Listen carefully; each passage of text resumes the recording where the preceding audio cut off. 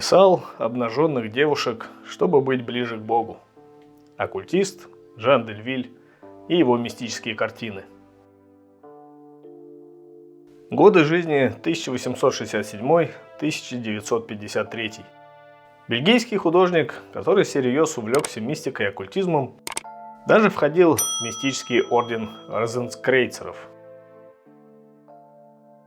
Его картины поражают очень сложным, но одновременно вычурным и интересным символизмом, построенным на изучении внутреннего мира человека, изображении идеальных воплощений любви, смерти и возможностей для достижения состояния просветления. Он поставил перед собой очень сложную задачу воплотить в картинах нечто неосязаемое, невидимое, оккультное и неведомое посредством символов и персонажей всевозможных мифов.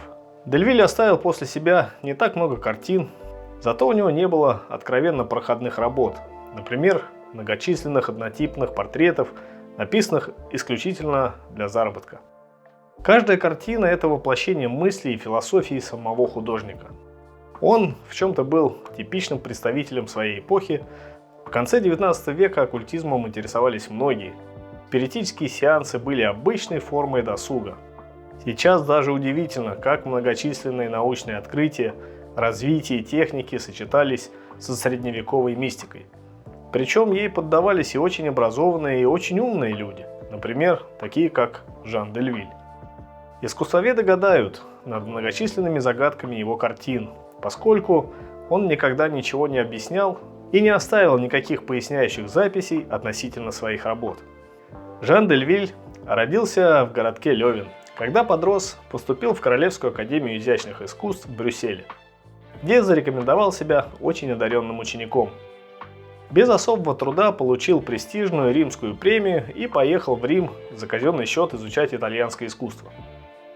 Поначалу он был реалистом, иначе молодому художнику просто нельзя было добиться хоть какого-либо успеха.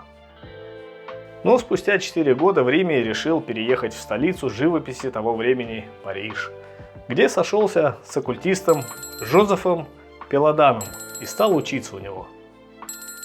Пеладан был очень своеобразной личностью, часто позволял себе экстравагантные выходки, расхваливал себя любимого на все лады, утверждал вещи вполне логичные для оккультизма, но плохо стыкующиеся с наукой и банальной логикой.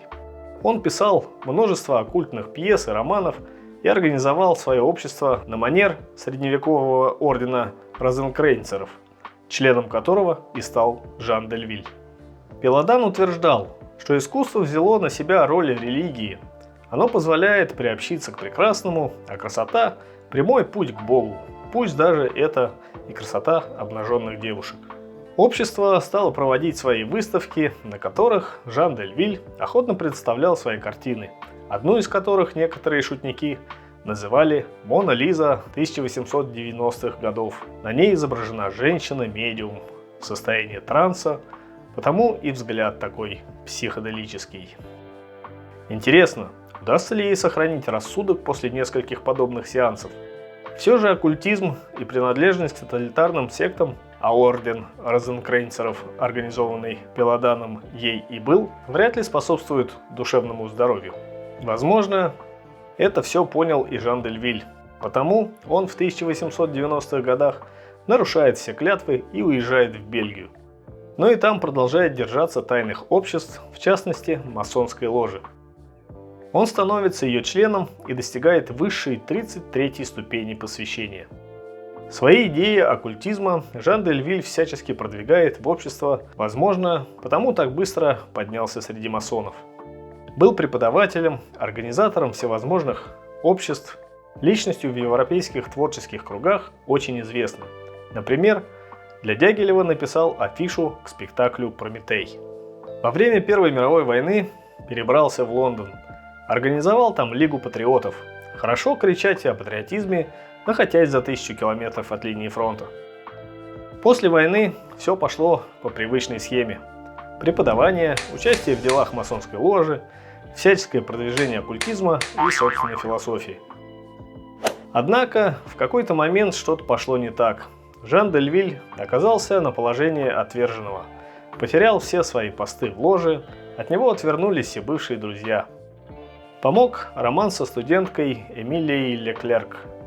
К ней и ушел опальный художник. Несмотря на то, что был женат и имел 6 детей. К жене и детям он впоследствии вернулся, но лишь через 15 лет попытки жить на 2 семьи. Впрочем, последние годы его были спокойными. Возможно, сам Дельвиль устал от слишком бурной молодости и зрелости. Наступило время собирать камни и подводить жизненные итоги.